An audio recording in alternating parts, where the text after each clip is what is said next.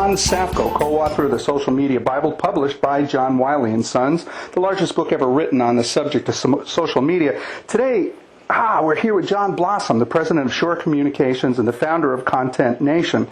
John is also working on the book Content Nation, which coincidentally is also going to be published by John Wiley & Sons. And we're going to be talking about the book. We're going to be talking about his website and his views on social media. And we're also going to kind of talk a little bit about what he means by the world as a nation of publishers, be a citizen. I think that is really cool. So let's get started. John, could you tell our listeners a little bit first about who you are, what your background is? Thanks, Lon. Yes, I've been a consultant in the publishing and technology industry for over 10 years, and we help publishers and content technology companies with their marketing strategy, including social media as one of the things that they need to get their hands around. I do a lot of analysis of the content industry. I'm always out there writing on my blog, Content Blogger, and now on Content Nation, contentnation.com, about what the key trends are in the industry. And a funny thing happened a couple of years back when Don Tapscott came out with his book Wikinomics, which is a great book. Yeah. I was reflecting on it and thinking about what the real scope of the influence of this social media trend might be. And I thought back to a web post that I'd done a couple of years earlier. And I noticed something. I started adding up things, if you will. If you start looking at the current statistics, for example, if you add up all the people that are uploading videos in the world, roughly, looking at some stats from Universal McCann International, a major ad firm, there are about 183 million people today uploading videos. Wow. 184 million people publishing weblogs, 248 million people uploading photos, and 272 million people with a social networking profile and services such as Facebook and MySpace and what have you. Now, needless to say, that's a heck of a lot of people. But then, I looked at some other research from Pew Internet, and they looked at, how serious are these people? How many people are just kind of playing around, and how many people really want to do something? And they came up with an interesting stat. They said that 27% of bloggers want to really influence other people's thinking. And that really began to carve into some interesting numbers. For example, if you go out there and you put that number against bloggers, that means there are about 59 million serious bloggers out there in the world trying to influence people. Wow. You add that up, and that's the 24th largest nation in the world, about the size of South Korea. If you take it off the social networker population out there, that's about 74 million people. That would make it about the 16th largest nation in the world, about the size of Turkey. Wow. So it began to dawn on me through these statistics that there is nation-sized groups of people out there publishing and wanting to influence other people's thinking. And this just completely dwarfs what we're used to through traditional publishing medium. So I came up with the concept of Content Nation. And this idea of the world is a nation of publishers, that what is beginning to make us feel united in common increasingly is this idea of publishing, the idea that anybody can publish anything to anyone in a highly scalable fashion and in a highly accessible fashion through the tools of social media. Wow. I was going to ask you, one of the questions I had on my list was what is Content Nation? And I never really thought about it that way. When you're looking at 50, 60, 70, 80, 100 million people all with something in common, publishing in this particular case and trying to influence others, you're right. That's as big as some of the major countries, nations in the world. I never thought of it that way. That's kind of staggering. It is staggering, and we're beginning to see how that begins to scale up in terms of its influence on marketing, its influence on enterprises, its influence on how people live their lives. And those we begin to see, and what I outline in the book Content Nation are some of the major trends that we're beginning to see in those sorts of things, that this is not just about people posting weblogs and getting a little bit of influence. This is people whose influential publishing, either individually or on a mass scale, all of a sudden begins to change how the world happens, how the world begins to see itself. One of the simplest examples I have in the very beginning of the book is the execution of Saddam Hussein. Oh? A few years ago, he was tried and was being hung for the crimes that he was found guilty of. And this was supposed to be a very highly controlled event, hush-hush. Well, what happened? Somebody at the execution has a cell phone with a video built in and was able to record this. And that got its way to the Internet, and before long it was completely around the world. So here we had the most powerful nation in the world, the United States, and a sovereign nation, in theory the state of Iraq, unable to control what was one of the most tightly controlled acts by those two nations ever. Wow. And, if you think about that balance of control, that really got me thinking about, well, who's really in charge here?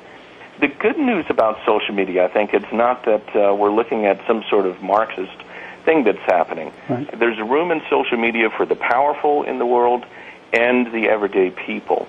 And the beautiful thing about social media is that Content Nation is about empowering everybody to work together to make everybody's lives better.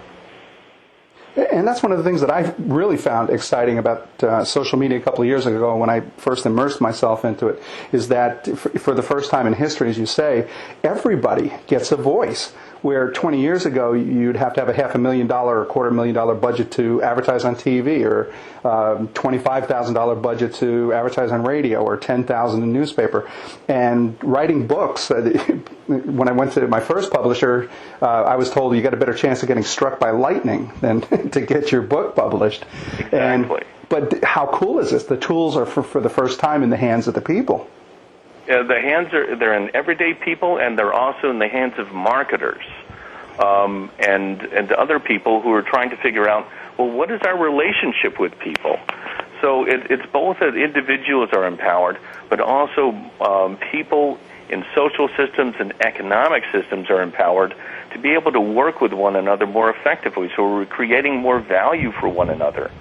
And for some companies, this can be a bit of a challenge, but others, including major companies out there, are learning to accept that this is the way that they need to talk to the marketplace, and learning how to get content out there that engages people and begins to build their brand as a personal brand alongside other people's personal brands.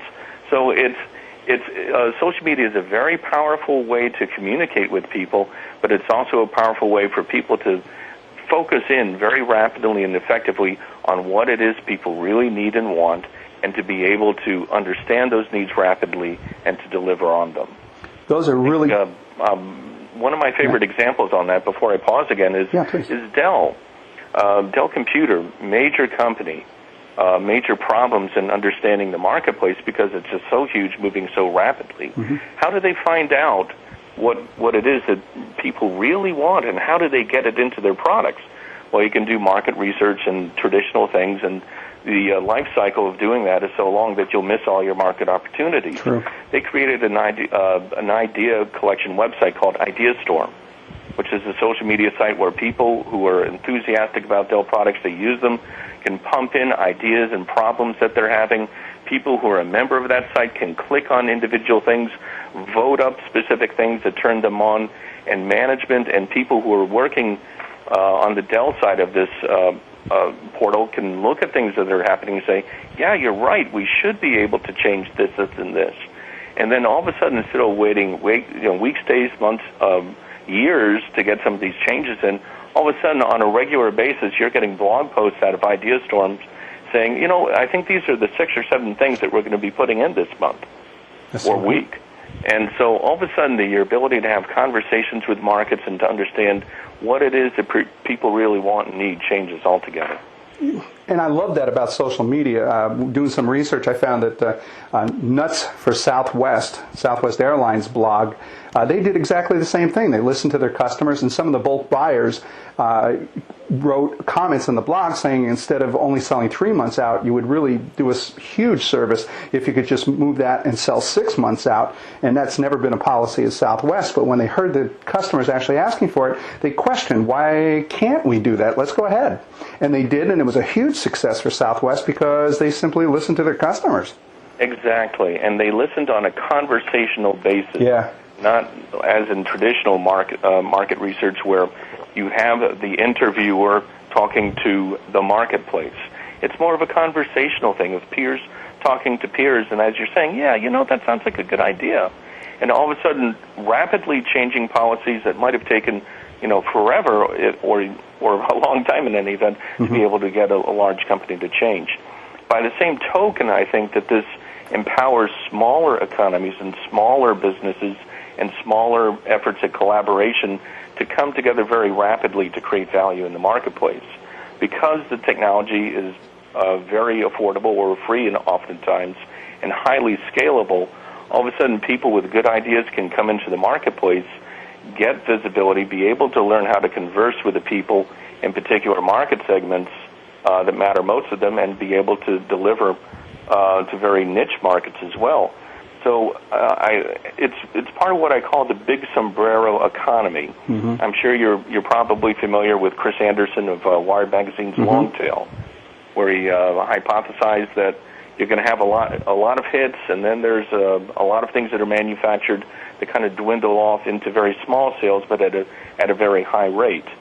That's all well and good for mass manufactured goods that have a long life cycle. Right. But what I see with social media is that we're getting into this curve that's three-dimensional, and it's kind of curving up on the lip there, kind of like a big fat sombrero that gets a little bit high up on the ends there, and there's a big shady part underneath that lip. I think through social media, we're creating probably, in the long run, more net value out of small market opportunities that can scale rapidly to immediate and essential needs that may or may not ever scale into mass market, but in their sum total is probably greater than the mass market. So, social media, I think, is helping global economies and very highly local economies to scale very rapidly to very specific needs. That's absolutely true. Those are really good points. I was privileged to interview David Meerman Scott, the new rules of marketing PR, and he kind of reflects some of your thoughts there, that it really is changing the way we're doing marketing. And the other thing that I'm hearing is, I think if I got it correctly, is kind of the long tail again, is that you can really make more money on less popular products than you can on the mainstream products if you simply listen to your customers and make them accessible. Absolutely, and you begin to understand that it's not just a matter of making more out of mass manufactured stuff, but beginning to recognize that through social transactions you can define needs and wants more rapidly and respond to them more efficiently, so that we're getting into more of a marketplace where you're talking either mass customization or never going to mass in the first place and meeting people's needs on a very particular basis more effectively. So, social media, for example, helps handmade goods. Sure. It helps people who are enthusiasts for sewing. It helps people in third world economies that might be working on handmade goods, and they're trying to, A, get financing for it, and B, a marketplace for it. So it helps capital transfer in and out of the marketplace efficiently on many different levels. And of course, it kind of changes the way that people just plain live. When you think of yourself as a publisher, the world changes. And, one of my favorite photos I have in the book, I've been compiling all sorts of illustrations in this, in the online version at contentnation.com, which I hope get in the print version. One of my favorite pictures is of a concert crowd at the end of a concert. And not so many years ago, the tradition was to get an encore performance was to hold up your butane cigarette lighter. Right. And now we have the tradition of people holding up their cell phones. Oh. And they're taking pictures of what's happening there. And as a matter of fact, Microsoft is now coming up with a product to try to capitalize on this idea of everybody sharing little clips of concerts and what have you.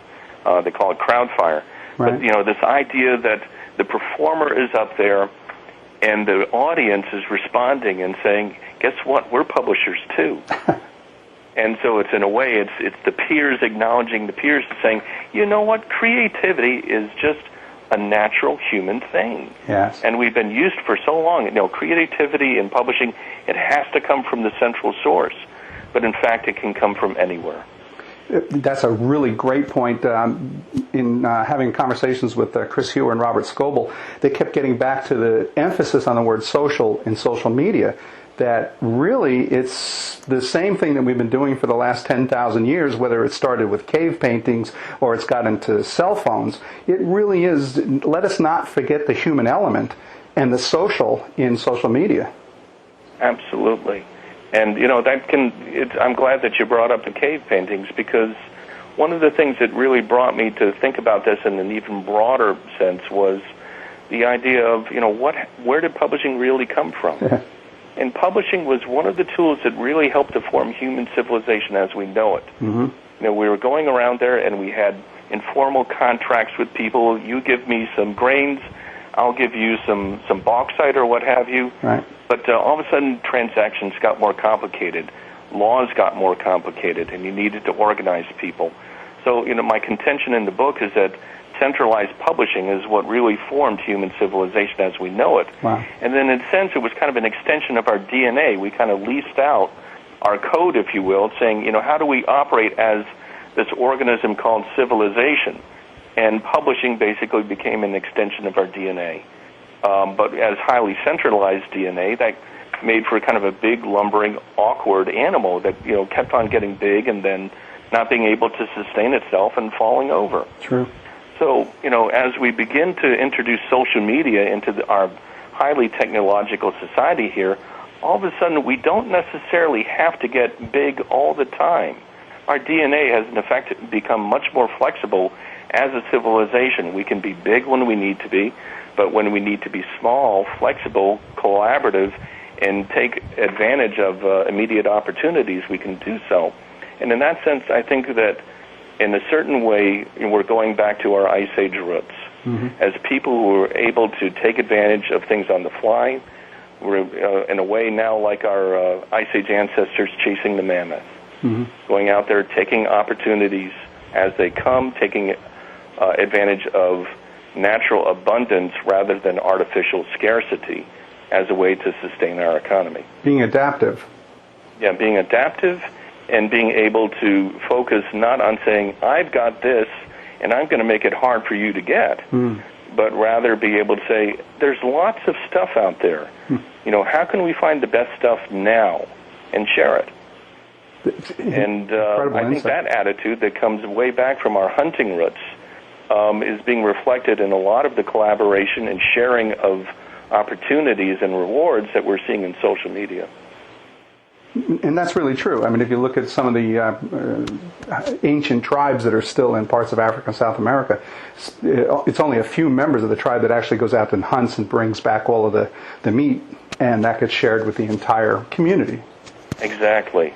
Yeah. And so in the book, I take that out to the nth degree. I look at some of the things that we do in basic human organization, and at the end of the book, I have a little bit of fun, and I say, well, gee, if that's the case, if really we have the ability to organize so flexibly and yet also on a relatively instant base like modern civilizations, gee, we could do a lot of things in the future, couldn't we? So if you have patience, get to Chapter 10, because I take you into the future of social media 50, 100, 1,000, 10,000 years from now. And I won't go through the details now because it's kind of science fiction anyway, obviously. But I think it'll get people thinking. It's kind of fun. Well, I found the summary on your website really fascinating. Matter of fact, I just read that particular blog just a short time ago. Can you tell us a little bit more about your website, why you founded it, and how it works, and the purpose? ContentNation.com is open for anybody to join because we are a nation of publishers, and I want this to be the town hall, if you will, of social media, where people can come in, discuss topics. They can post blogs if they would like. We try to filter out the PR stuff, sorry. But if you've got a topic that's really cool on social media, you can post it in our blog. You can participate in our forums. You can comment on the book chapters. And my presumption is that over time we'll develop together another book between everybody in the world. And who's to say what a book will be by the time that we're doing that. But it's a place where everybody can get together and be part of this nation of publishers that's out there. And, of course, in the meantime, I'm out there pumping my blog, for people to look at, and I comment on what's happening in social media, and try to frame it in a way that makes sense to people who are trying to profit from social media in their business and personal lives. Wow. And I noticed that you're a strong proponent of user-generated content and crowdsourcing and getting information from the people that participate in your blogs. How does that work into the book? Are you using some of that information? Are they influencing? I've discovered that there's kind of a pump priming factor here. Yeah. And as I think a lot of authors discover. And so, I actually did use social media to get quite a few ideas for the book. But it turned out that I was using tools where I had social networks already in place. So, a lot of the content in the book was bootstrapped up from questions that I put out on LinkedIn Answers, queries that went out on Facebook, things that were pumped out from my weblog and the newsletter that's collected from it. And, at first I think that kind of worked out a little bit better for starters, because I think it takes a while for people to be able to say, yeah, I am a publisher, I am a part of Content Nation. I think once the book hits and people begin to get it as a result of having read the book and having buzzed on the book a bit, I think that we're going to see a lot more citizens coming forward. And I have some ideas that I'll share at a later time as to how we're going to get people putting the flag lapel pin, so to speak, on for themselves and say, yeah, I really am a citizen of Content Nation. So I look forward to the citizens stopping by. And that's one of the things that we kind of struggled with when I did the original design for Social Media Bible. At first I thought, okay, well, we can do crowdsourcing like some of the other books out there where we basically ask people to really write the chapters, contribute, and then kind of format it. And when we looked at some of the other books, We is Greater Than Me, and we saw the lack of voice, we decided that probably wasn't the approach that we were going to take. So what we ended up doing initially is bringing in over 1,000 people, volunteers, to come in and take a 20-minute survey to basically tell us, what kind of book do you want to see? Do you want just another business book? Because I thought originally the Social Media Bible was going to not be a Bible, but a 250-page business book. What we heard was they wanted 2 business books and a guide. The tactics, what the heck is social media? Middle part of the book, they wanted a guide. Who's playing in the social media field? What are the names of the companies? Give me some information. And then the last part was, how do you actually apply it? And the cool thing is that I don't think anybody could have really foreseen that would be the structure of a book. Wiley's never done one quite like it, and I've never participated in a book like that. So I love the user-generated content, because it really is greater than me. Yeah, and that's a great way to do market research. I think what happens when you develop a book in social media, however you do it, you develop conversations. And I think you're right, in just in terms of how books are edited and what sustains somebody reading a book versus reading a blog, you do need that common voice, I think, oftentimes in a book to be able to pull things together. But, what is it that really makes people feel that the book is useful? You have to ask them. And again, in the interviews that I've done in the past, it keeps coming back. No matter how sophisticated, the 2007 SEO World Champion, Robert Scoble, it keeps getting back to content. Listen to what your readers want, or your customers or your prospects, and just simply give them what they're asking for. But if you don't listen, you don't know what they want. And Chris Hewer says, God gave you 2 ears and 1 mouth, use them proportionally. Absolutely. And that's why when I'm blogging, I love to listen to the comments. If you're blogging, I think one of the greatest faux pas you can do is not to respond to every good, valid comment that's on your weblog, because it's really about sustaining the conversation and validating that everybody that puts a comment on a blog or wherever the post may be is as valid a publisher as you are. You have to be able to affirm the conversation. And that's a really good point that I kind of never thought about. You would kind of assume that you would want to address both the positive and the negative comments with a thank you or a rebuttal. But that's absolutely true. In a conversation, everybody gets a chance to speak. One person doesn't speak after each person. Sometimes you may have a negative comment on a blog, but you can address that politely. Yeah. I think the main thing that I need to watch sometimes on my blogs is PR posts. Yeah. I think the greatest enemy of social media are people and companies who have decided to use it as a way to put out messages and information that's really not about a conversation. It's really about dictation.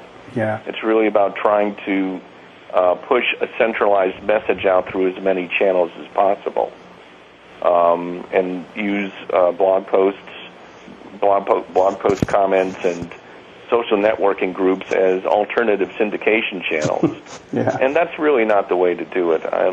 It's more important to be able to let the real value that comes through social media through natural influence and endorsements that come through natural social relationships to be able to shine through.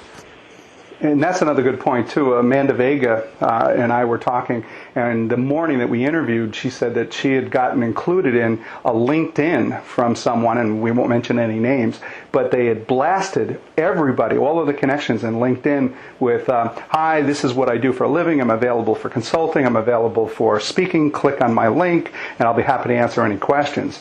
And the term she used is, boy, did she get flamed. And appropriately so. That's not what the intention is.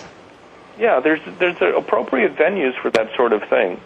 But whenever you're doing things in social media, be you a company, an individual, or any sort of organization, you have to remember that it's pretty much like being at a conference. Mm-hmm. And you might be, if you wouldn't go into the middle of a circle of people talking in a conference and do something like that. Good point. You might be up on a stage and have a few minutes of people, being welcomed to provide some sort of commercial message like that. But in general, in a conference, that sort of thing is not really welcomed. Well, any more than a bunch of people sitting down at the table at lunch. Exactly. So, minding your P's and Q's that way is a very important thing. And it affects writing style enormously. Not only has social media encouraged people to have more of a brief conversational style in their blog posts and what have you, mm-hmm. but it seems to filter over into general journalism and writing as well. And to a certain degree, it's difficult to say at times how much speech is influencing writing and how much writing is influencing speech. True. And changing into this almost texted style of communicating with one another. Keep it brief, keep it cogent, get your point across in 20 words or less, or 140 characters, I guess, to be exact. Mm-hmm. And people oftentimes will understand exactly what you mean and respond. And one of the things that I noticed, it did change according to traditional publishing, where you would kind of build the story and give the punchline really at the end, where it's kind of reversed that now. Tell me what you want to talk about, let me read it, and then if I want more detail, I'll continue to read the story. Exactly. That was a major change for me to understand that. In a sense, the world has become very good at writing headlines. Yeah. As well. I think if you look at what's been happening with some of the breaking news on that's been coming through on text, either directly in phone text or on services such as Twitter, mm-hmm. the world is getting a lot better at being able to make its point. And that used to be a real art that was, well buried in a newsroom yeah. of a major news organization. Now all of a sudden everybody knows how to write a good 80 to 100 character headline. And that's been a problem for me. Get a story's point across. Yeah. Trying to keep anything I have to say in 140 characters or less has been very stressful. Twitter has taught me a lot of things, I must say. Before we go, can you tell us a little bit about, you said you work with the publishing industry, and my experience with the publishing industry and working with John Wiley and Pearson, mm-hmm. I'm seeing a lot of changes being influenced by social media. Can you give me kind of a success story or some of the things that you're working on? Yeah, I think some of the things I'm seeing in the publishing industry comes from my bias, I suppose. I grew up in electronic publishing. For a while, I did work in a publishing company that had newsletters, magazines, as well as the research that I was working on at the time. So I'm familiar with the traditional publishers as well. Mm-hmm. But my publishing roots go back to Wall Street. Oh. I grew up with real-time tickers and scrolling news and what have you, and that's the way that things were done. Yeah. And so in a way, it's kind of funny as I see companies wrestling with social media. In a sense, on Wall Street, many years ago, I was working on social media well before it ever finally trickled out to the web. Yeah. Because markets are conversations, as we know from the Clue Train Manifesto. Mm-hmm. And you go into your typical securities trading room, and especially in the old days, and many places even today, they had what they called a squawk box, right, where people were shouting into a microphone to other people on telephone circuits back in those days all over the world to be able to conduct deals. Mm-hmm. So, when social media came along and I read the Clue Train Manifesto back in '99 there, all of a sudden it kind of clicked to me very quickly, wait a minute, we were doing this for a long time. So when I look at my customers, I oftentimes am looking at it from that perspective of saying, well, we've been doing conversations for a long time. How do you do that? I think some of the success stories, I can think of in terms of what's happening out there in publishing are not necessarily from the traditional publishers. I think if you look at what's happening in trade magazines, if you look what's happening in consumer media, mm-hmm. you're seeing comments, you're seeing well-organized communities. There are a lot of good things out there. But to me, a lot of the action is what corporations and small businesses and individuals are doing in terms of success stories. And the tools that help them build those sorts of things, I think, are one of the real success stories that are out there. And one of my favorite is the GM Fastlane blog, where you have senior executives from General Motors going out there and talking enthusiastically about their products. Mm.